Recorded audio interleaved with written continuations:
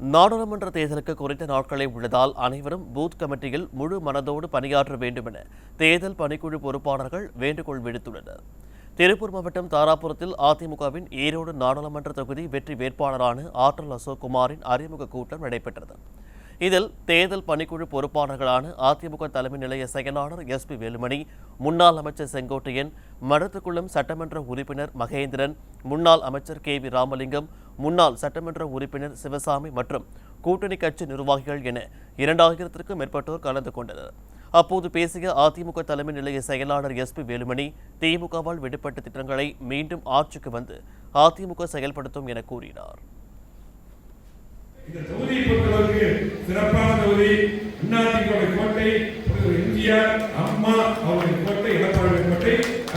பொறுத்தவரைக்கு ஒற்றுமையாக பணியாற்ற வேண்டும் என்று திமுக ஒவ்வொரு பூத்துலையும் பணியாற்றணும். 19 பேர் பூத்து போட்டுக்கிறோம், மகளிருக்கு போட்டுக்கிறோம், பாசனை போட்டுக்கிறோம், 59 பேர் பூத்து போட்டுக்கிறோம். அது ஒருங்கிணைந்து பணியாற்றி நீங்கள் எல்லாம் அதிகமாக வாக்கு செலுத்த தர வேண்டும் என்று சொல்லி, அதே போல 85 வயது முதியவர்கள், மாற்றுத்திறனாளிகள், அவங்களுக்கு எல்லாம் வீட்டுக்கு ஓட்டு போடலாம்.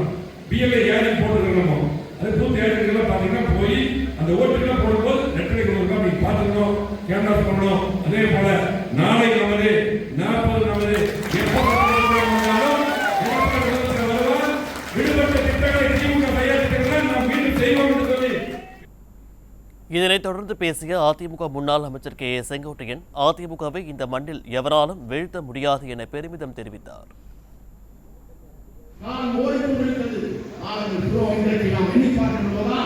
காலத்தின் சூழலின் காரணமாக முன்னேற்றத்தில் மாற்றி கொண்டிருக்கிற நேரத்தில் தான் மும்முனை போட்டிகள் எடுத்துக் கொண்டிருக்கும். மும்முனை போட்டியில் நான் சொல்ல மாட்டேன்.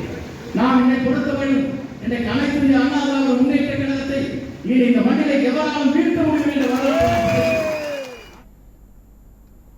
இதையடுத்து பேசிய முன்னாள் அமைச்சர் KV ராமலிங்கம், தமிழகத்தில் ஊழல் ஆட்சியை ஒழிக்க வேண்டும் என்றால் அதிமுக வேட்பாளருக்கு வாக்களித்து வெற்றி பெற செய்ய வேண்டும் என தெரிவித்தார்.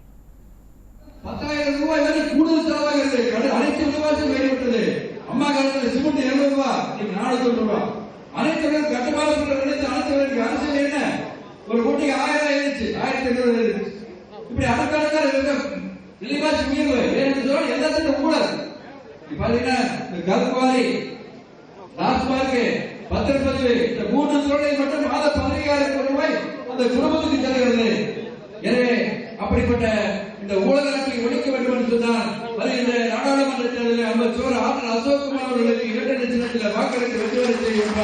உங்களை எல்லாம் நாங்கள் எல்லாம் உங்களுக்கு உங்களை வருவதாக நீங்கள் கூப்பிட்ட குழுக்களுக்கு ஓடி வருகின்ற உண்மை சொன்னதாக உங்கள் விடுதலையிலே